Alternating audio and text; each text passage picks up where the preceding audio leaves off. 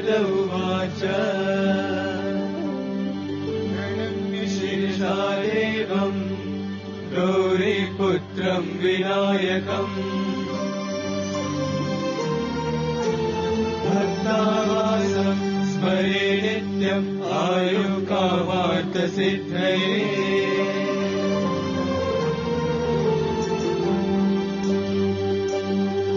प्रथमम् वक्रतुण्डम् च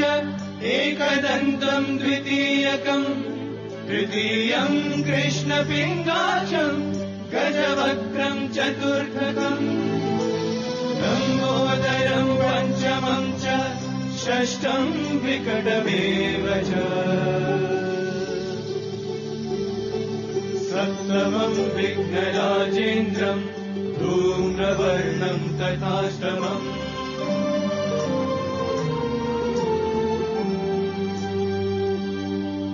नवमम् बालचन्द्रम् च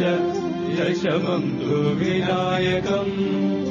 एकादशम् गणपतिम् द्वादशम् तु गजाननम् द्वादशैतानि नामानि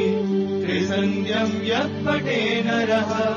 न च विघ्नभयम् तस्य सर्वसिद्धिकरम् प्रभो विद्यार्थी लभते विद्या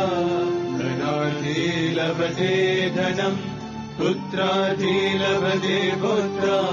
मोक्षार्थी लभते गतिम् जपे गणपति स्तोत्रम् षड्भिर्मासैः फलम् लभे संवत्सरेण सिद्धिम् च लभते नात्र संशयः अष्टभ्यो ब्राह्मणेभ्यश्च लिखित्वाय समर्पये तस्य विद्या भवेत् सर्वा गणेशस्य प्रसादतः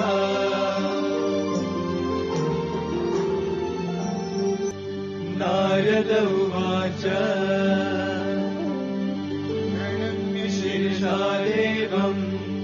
गौरीपुत्रम् विनायकम्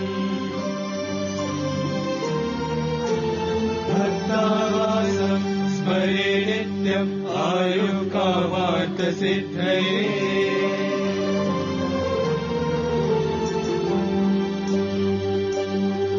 प्रथमम् वक्रतुण्डम् च एकदन्तम् द्वितीयकम् तृतीयम् कृष्णपिङ्गाक्षम् गजवक्त्रम् चतुर्थकम् लम्बोदरम् पञ्चमम् च षष्ठम् विकटमेव च सप्तमम् विघ्नराजेन्द्रम् धूम्रवर्णम् तथाष्टमम्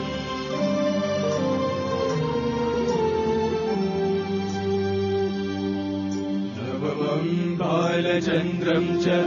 दशमम् तु विनायकम् एकादशम् गणपतिम् द्वादशम् तु गजाननम् द्वादशैतानि नामानि त्रिसन्ध्यम् यः पठे नरः न च विघ्नभयम् तस्य सर्वसिद्धिकरम् प्रभो विद्यार्थी लभते विद्या धनार्थी लभते धनम् पुत्रार्थी लभते पुत्रा मोक्षार्थी लभते गतिम् जपे गणपति स्तोत्रम् षड्भिर्मासैः फलम् लभे संवत्सरेण सिद्धिम् च लभते नात्र संशयः अष्टभ्यो ब्राह्मणेभ्यश्च लिखित्वाय समर्पये तस्य विद्या भवेत् सर्वा गणेशस्य प्रसादतः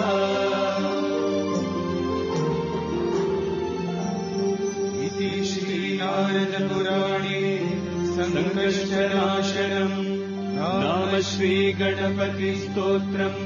सम्पूर्णम्।